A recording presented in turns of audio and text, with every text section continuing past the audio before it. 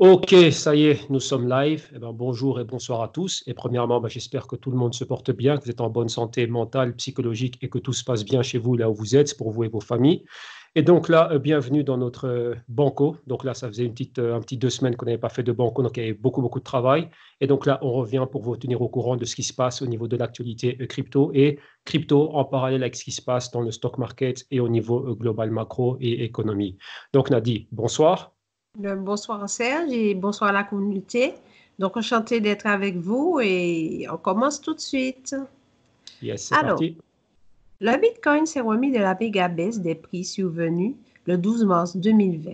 Désormais connu comme le jeudi noir, la journée baissière a marqué les esprits.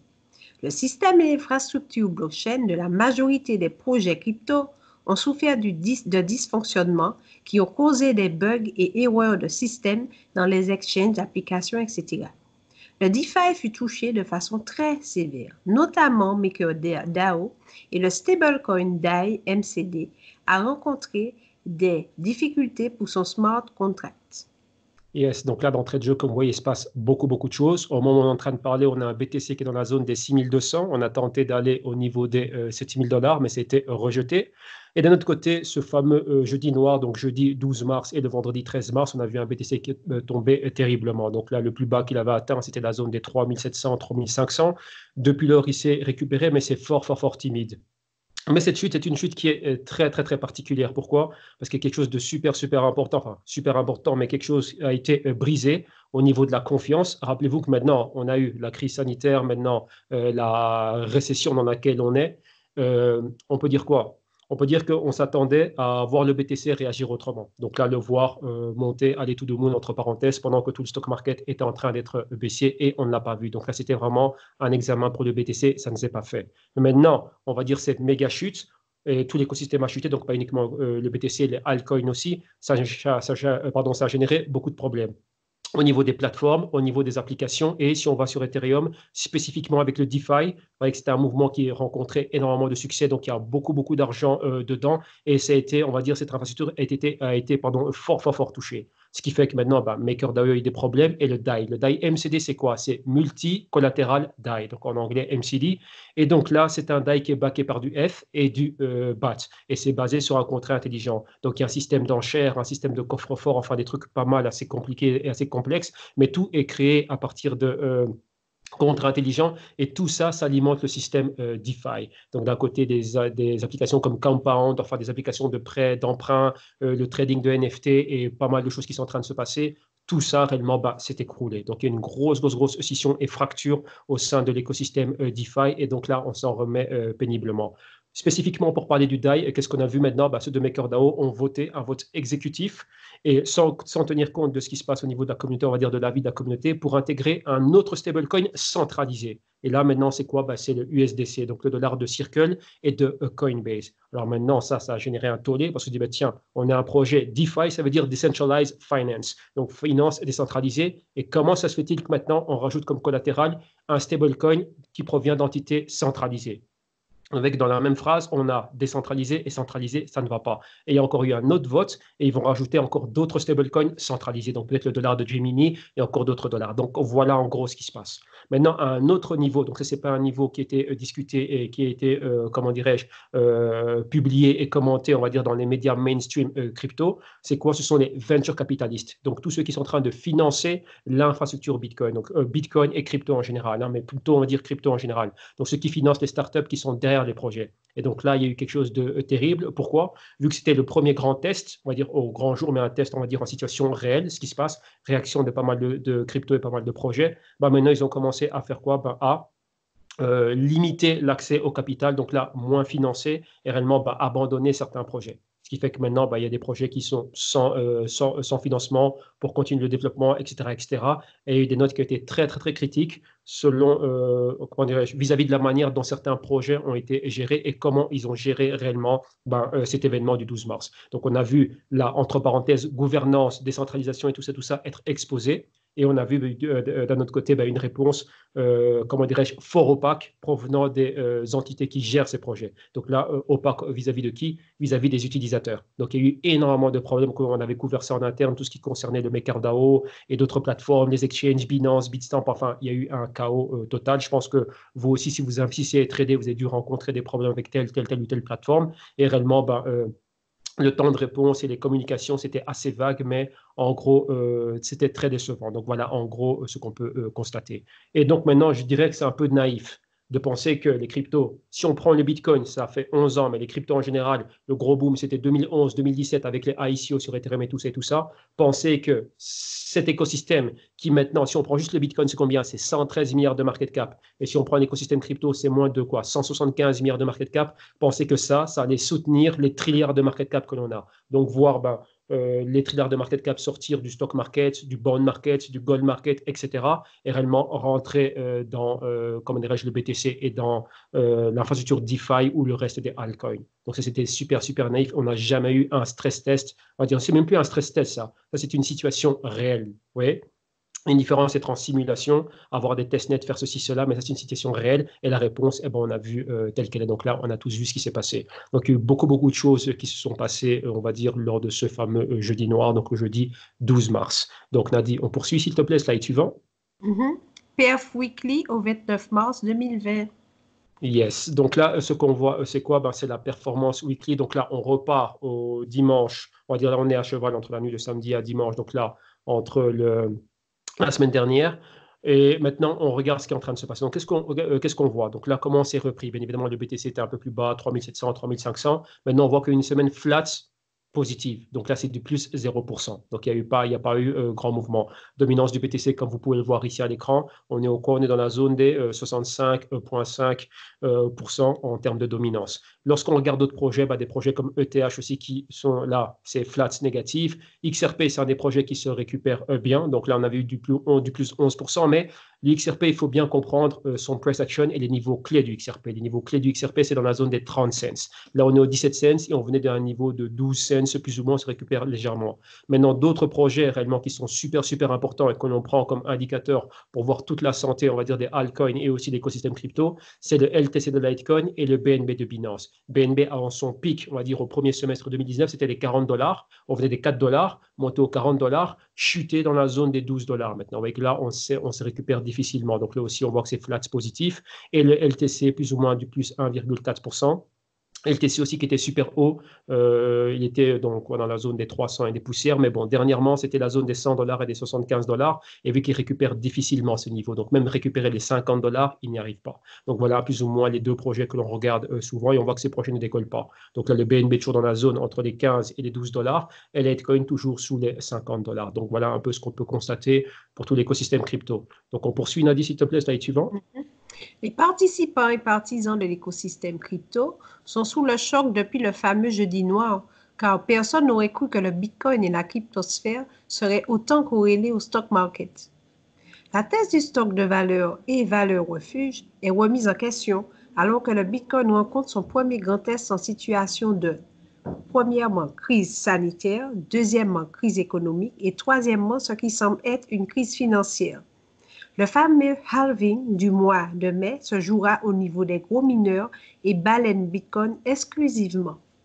Donc, yes, donc là, je m'étais déjà un peu anticipé. Ce qu'on voit au niveau des participants et des partisans vis-à-vis du jeudi noir, on le voit. Donc, la psychologie était très, très, très touchée. Et rappelez-vous, la thèse, c'était quoi? Voir le stock market tomber et Bitcoin to the moon. Et là, maintenant, on voit que le stock market a chuté et le BTC aussi. Donc là, on n'a pas le temps de rentrer dans tous les détails sous-jacents à ces faits dans cette émission, mais on va avoir une émission de 8 heures. Donc là, c'est ce qu'on couvre dans le Next Level et aussi dans nos émissions Block News quotidiennes. Mais comprenez que ça touchait beaucoup de personnes parce qu'ils ne pensaient pas réellement voir le BTC et comme cela. Donc, rappelez-vous, la thèse du stock de valeur et de la valeur refuge sont deux choses différentes. Stock de valeur, il faut bien savoir comment est-ce qu'on utilise un stock de valeur. Un exemple, le côté du gold. On a vu le gold aussi être, comment dirais-je, baissé légèrement. Et le gold, je le dis, a joué à 100% et parfaitement son rôle de stock de valeur. Donc là, il faut bien comprendre ce que c'est. Et là, c'est très, très, très peu connu et du moins, on va dire, c'est mal expliqué et c'est mal compris, on va dire, par la majorité des personnes, mais il faut bien comprendre ce que c'est qu'un stock de valeur. En gros, c'est l'équivalent d'un compte d'épargne. Donc maintenant, le gold joue son rôle de stock de valeur. Ça veut dire quoi?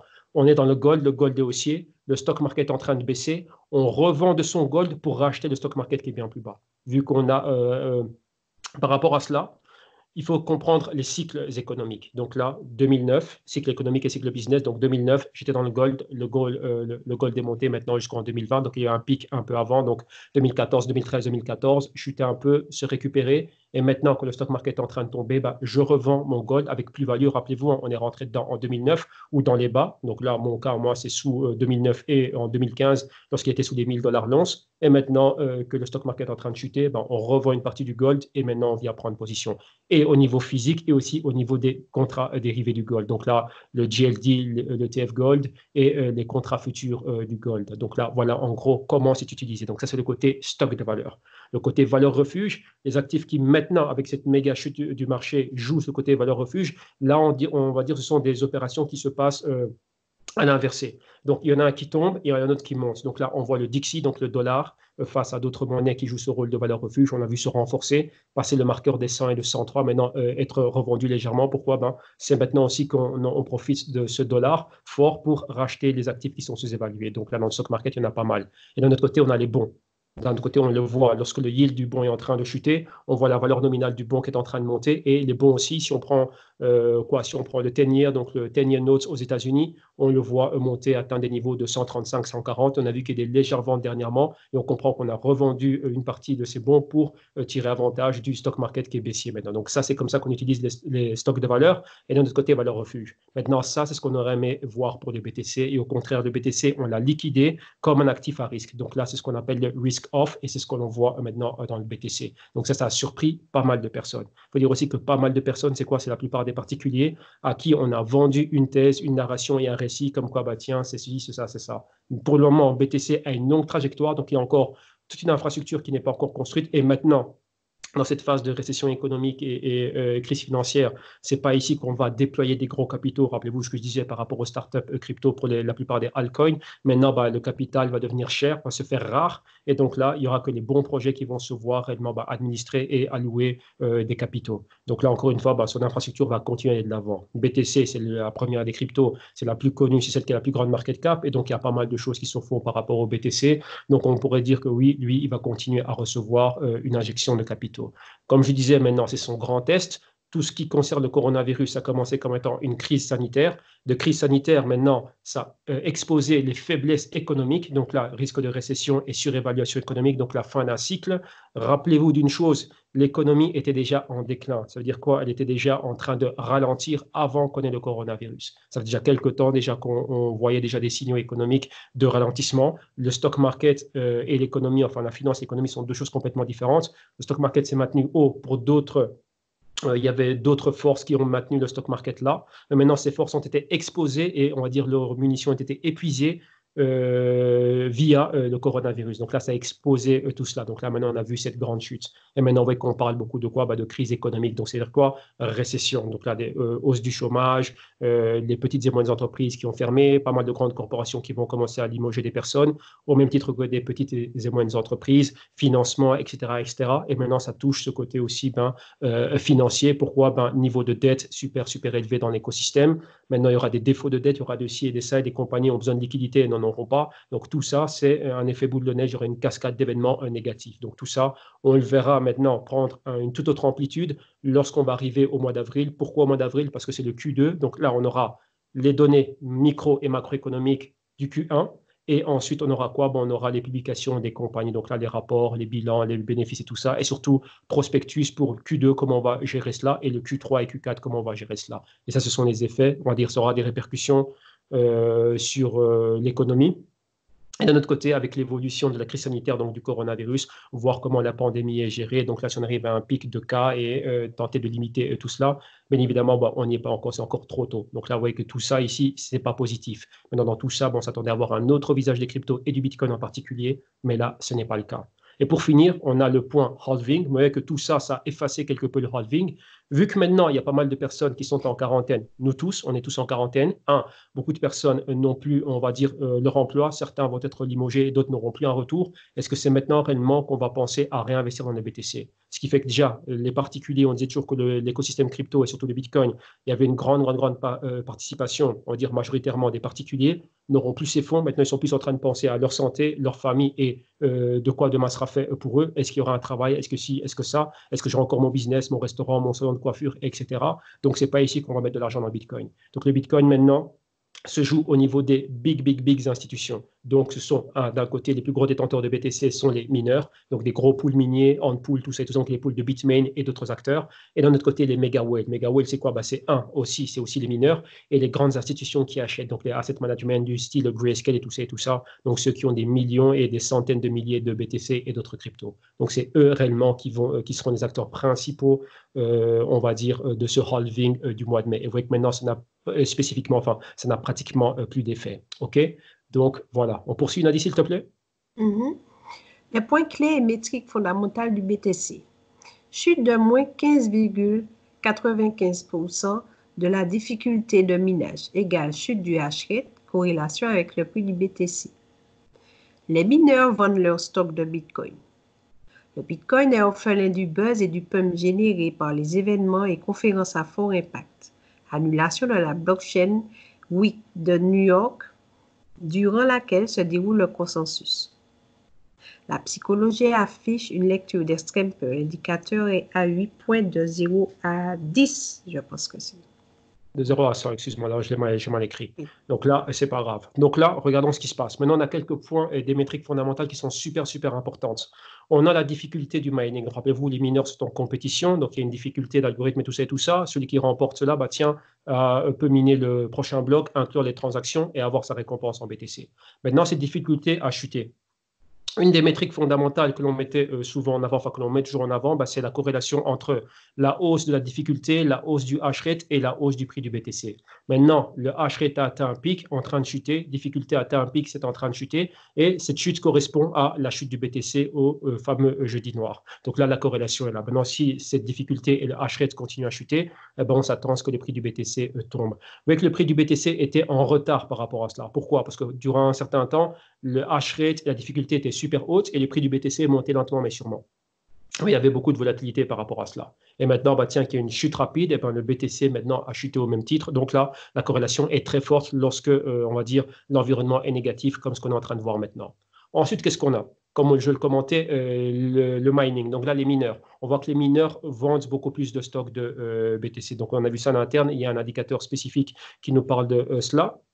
Et on commence à voir que les mineurs minent, mais lorsqu'ils ont miné, ils vendent. Donc là, il y a plus de cryptos qui sont vendus que de cryptos qu'ils gardent en stock, donc en inventaire. Donc ceci, c'est un indicateur. Donc rappelez-vous, les mineurs, c'est eux qui en ont le plus, c'est eux qui créent le BTC, donc c'est les premiers à l'avoir et c'est les premiers à liquider. Donc en gros, c'est ça. Donc maintenant, est-ce que ça devient rentable? Est-ce que si, est-ce que ça? On voit qu'il y a pas mal de pools miniers et de fermes minières, donc là, qui ont dû fermer, même en Chine. Aux États-Unis, encore dernièrement, il y en a une qui vient d'arrêter ses activités momentanément, enfin jusqu'à nouvel ordre. On verra ce qui est en train de se passer. Et donc, on ne sait pas spécialement qui est quoi, où il se trouve, et quels sont les seuils de rentabilité et qu'est-ce qui est en train de se passer. Donc ça, c'est avec les autorités là où ils sont. Mais on voit en gros qu'il y a une gêne, donc il y a un problème.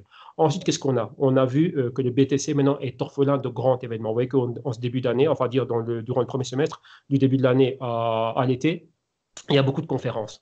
À Hong Kong, à Singapour, etc., en Corée du Sud, et il y a le méga événement du mois de mai, c'est le fameux consensus à New York durant la Blockchain Week, et ça s'est annulé cette année-ci. Donc là, il y aura une expérience virtuelle. Et on avait remarqué, on a analysé ça en interne, qu'il y a un patron qui accompagne, on va dire, cet événement, et que chaque mois d'avril, donc juste avant cet événement, le prix du Bitcoin tente de monter. Maintenant, cette année-ci, ça va être très fort. J'en ai déjà parlé à maintes reprises ici sur le canal. On avait quoi? On avait la Blockchain Week avec l'événement consensus. Donc là, c'était la cerise sur le gâteau. Mais maintenant, on avait encore bien plus gros que ça, c'était le halving et tout ça, c'était au mois de mai. Donc maintenant, il n'y aura plus. Donc là, il n'y a que le halving Maintenant, vous voyez qu'il y a un peu, bon, vu la situation, c'est pas trop ça, on n'en parle pas tellement, donc ça a perdu un peu de ce buzz. Et d'un autre côté, ben, il n'y a plus le buzz et l'impact d'événements comme le Consensus, Blockchain Week et d'autres événements à travers le monde. Dans des sites très importants, Singapour, Hong Kong, Corée du Sud, tout ça, Londres et tout ça, etc., ben, tout ça, ça y est, c'est fini, il n'y a plus. Donc voilà, en gros, ce qu'il y a. Donc là, le BTC est orphelin d'événements clés qui allaient générer le buzz. Vous voyez que c'est une chose hein, de voir un grand amphithéâtre, une salle de conférence bondée, remplie, pas mal d'interviews, ici, ça, et pendant 2 semaines, on nous en parle dans CoinMarketCap ou dans Cointelegraph ou dans CoinDesk, ben maintenant, on n'aura plus cela. Et toutes les vidéos qui sont faites sur YouTube, il n'y a plus cela. Et bien évidemment, crypto Twitter. Et donc maintenant, la psychologie, lorsqu'on prend le Fear and Greed Index, donc Fear, peur, Greed, on va dire euphorie, l'indicateur affiche 8 points. Et donc là, c'est un indicateur qui va de 0 à 100. Le marqueur 50, c'est pour délimiter la moitié. Lorsqu'on est au-dessus de 50, on est en euphorie. Au plus, on se rapproche de 100, on est en extrême euphorie. Et lorsqu'on est sous 50, on est en peur. Et lorsqu'on est, on va dire dans la zone des, comme maintenant, 5, 8 points, 10 points, 15 points, on est en extrême peur. Donc là, maintenant, on voit que la psychologie est extrême. Bien qu'on se soit récupéré depuis les 3500 points, 3500 dollars pardon, pour le BTC et que maintenant on est au 6000, on maintient l'extrême fear. Pourquoi? Parce qu'on voit clairement la corrélation avec le stock market. Donc c'est ça en gros qui est mis en avant. Et comme je vous l'ai dit, il y a des événements clés qui attendent le stock market en ce mois d'avril et beaucoup de choses. Donc les données, donc là le chômage, tout ça va monter. Maintenant, rappelez-vous, hein, l'épicentre de la pandémie coronavirus, c'est aux États-Unis et New York. New York, c'est la ville de Wall Street et tout ça. Donc, on va dire, c'est la capitale du capitalisme. Donc, si elle est touchée, les États-Unis, il faut comprendre que c'est la première économie mondiale et donc là, toutes les économies sont reliées à elle. Donc, on a tous besoin, enfin, oui, tout le monde a besoin on compte beaucoup plutôt sur le consommateur américain. S'il est touché, donc imaginez-vous, le consommateur de l'économie numéro 1 du monde est touché, ça touche le reste du monde. Pourquoi? L'Amérique importe tout et le reste du monde exporte vers l'Amérique et l'Amérique sert son consommateur. Et maintenant, s'il est touché, s'il n'est plus au rendez-vous, donc là, les données et les perspectives économiques, tout ça, ça va être négatif. Donc voilà pourquoi est-ce que cet indicateur est négatif. Encore une fois, vu qu'on s'attend encore une fois il y a une forte probabilité d'avoir une autre vague de baisse pour le BTC. Donc poursuivons, on a dit s'il te plaît. Graphique BTC USD. Yes. Alors ici, qu'est-ce qu'on peut constater? Dans un premier temps, vous voyez qu'il y a pas mal de choses à l'écran. Donc là, on avait notre pic qu'on voit ici. Donc ça, c'est au 13 février 2020. Donc on est à la zone des 10 600. Ensuite, ici, on a le 13 et le 12. Donc le 12, c'est qu'on a cette méga bougie rouge. Jeudi 12, donc le jeudi noir. Et ensuite, le vendredi 13. Qu'est-ce qu'on peut constater? On est passé de 8 000 dollars. On avait un support ici dans la zone des 7 000. Fracturé cela, tombé aux 3 500. Ça, c'est des prix qui nous viennent de BitMEX. On est en graphique journalier. Les moyennes mobiles que vous voyez, la bleue turquoise, c'est celle de 7 jours. Et la reçue, c'est celle de 30 jours. Depuis lors, vous voyez qu'on s'est récupéré.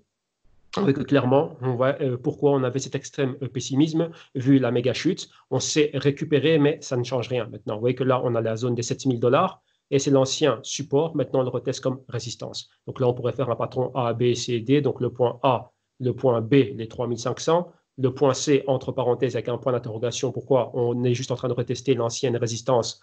L'ancien support, maintenant, c'est une résistance. Donc là, vous voyez qu'on peut être rejeté. Vous voyez que là, on a déjà un patron de rejet. On a comblé l'écart entre la moyenne mobile de 7 jours et celle de 30 jours. On est rejeté au 7000. Et là, maintenant, on vient de refracturer côté sud. Donc, la moyenne mobile de 7 jours au niveau des 6400 et on peut repartir vers le bas. Donc, on s'attend à quoi maintenant? Retester les 6000 dollars, les 5000 dollars et pourquoi pas retester maintenant les 3500. Donc là, compléter un grand A, B, C et D baissier. Donc on pourra aller bien plus bas. Rappelez-vous, maintenant, avril, il y aura pas mal de choses. Si on maintient la corrélation positive avec le stock market, ça risque d'être négatif pour le BTC. Rappelez-vous, ce sont des probabilités. Vu que maintenant, le grand test, c'était le 12 et on n'a pas vu le BTC, comment dirais-je, opérer comme on prédisait, enfin, comme on aurait aimé le voir comment dirais-je, évoluer. Et ça, le pic du stock market et on va dire le début de la chute du stock market et du BTC, ben, ça a commencé à la mi-février.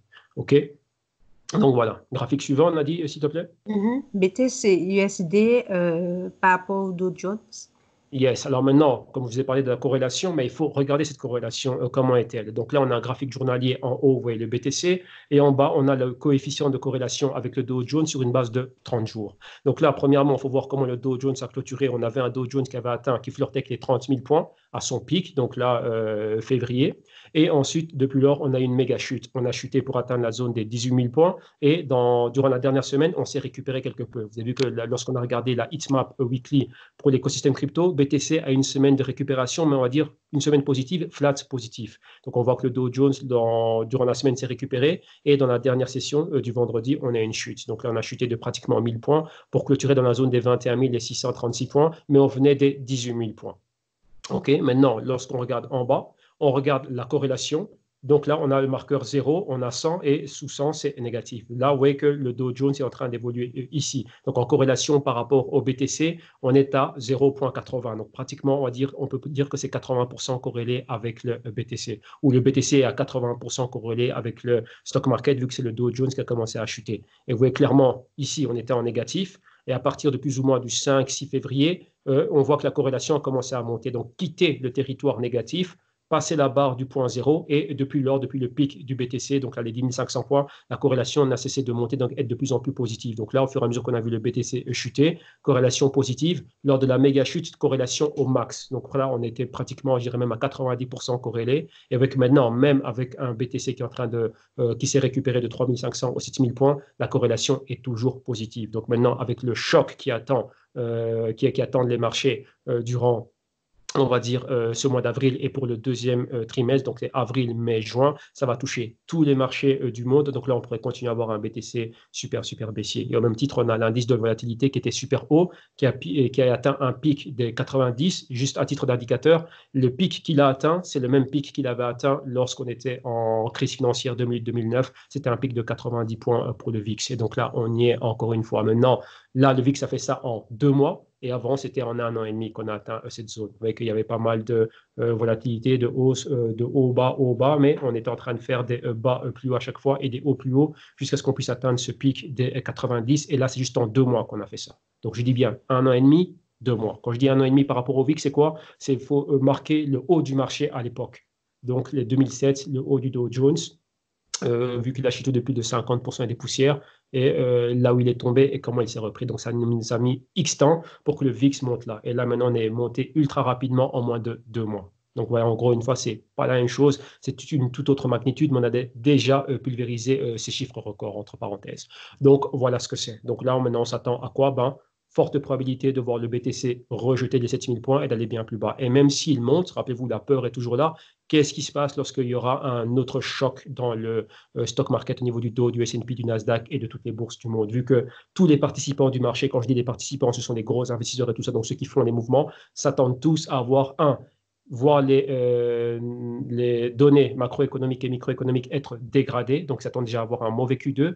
Et maintenant, qu'est-ce qui va se passer au niveau des compagnies spécifiques, donc spécifiquement dans tel secteur, dans telle industrie et telle compagnie. Donc là, vous voyez que malgré, on va dire, les plans qui ont été apportés au niveau mondial, hein, donc tous les gouvernements avec des stimulus fiscaux pour limiter la casse, donc là au niveau de la population et des business et tout ça, et d'un autre côté au niveau des banques centrales, baisser les taux d'intérêt, en Amérique on est maintenant encore, enfin aux États-Unis on est à du 0,25, pratiquement 0, et dans certains cas pourquoi pas être négatif comme dans le reste du monde, Japon et tout ça, et apporter du stimulus, donc là des packs d'achat de bons, de notes, etc., de dettes corporatives et tout un armada de packs de stimulus pour limiter la casse. Mais malgré cela, ça n'a pas empêché le marché de chuter et ça ne l'empêchera pas de chuter maintenant. Pourquoi? Rappelez-vous, hein, ce qui se passe a un impact psychologique. Donc, lorsqu'on crie au feu, tout le monde sort et ça va être désordonné. Et donc, bien évidemment, ça va être des mouvements vers le sud, donc des mouvements baissiers.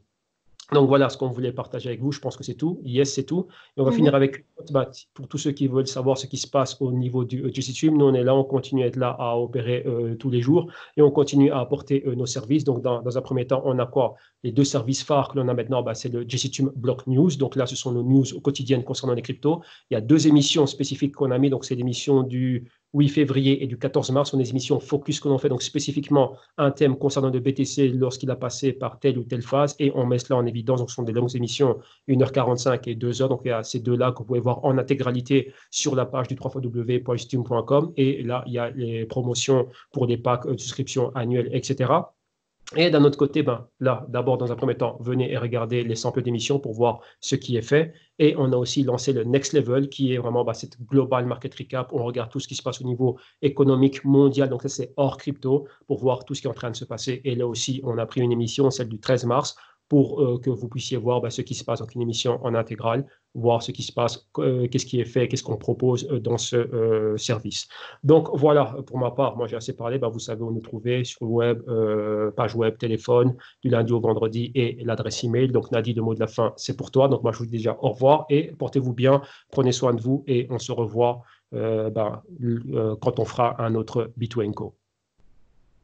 Eh bien voilà, donc j'étais heureuse de vous revoir, entre parenthèses, et surtout, prenez bien soin de vous et prudence sur les marchés.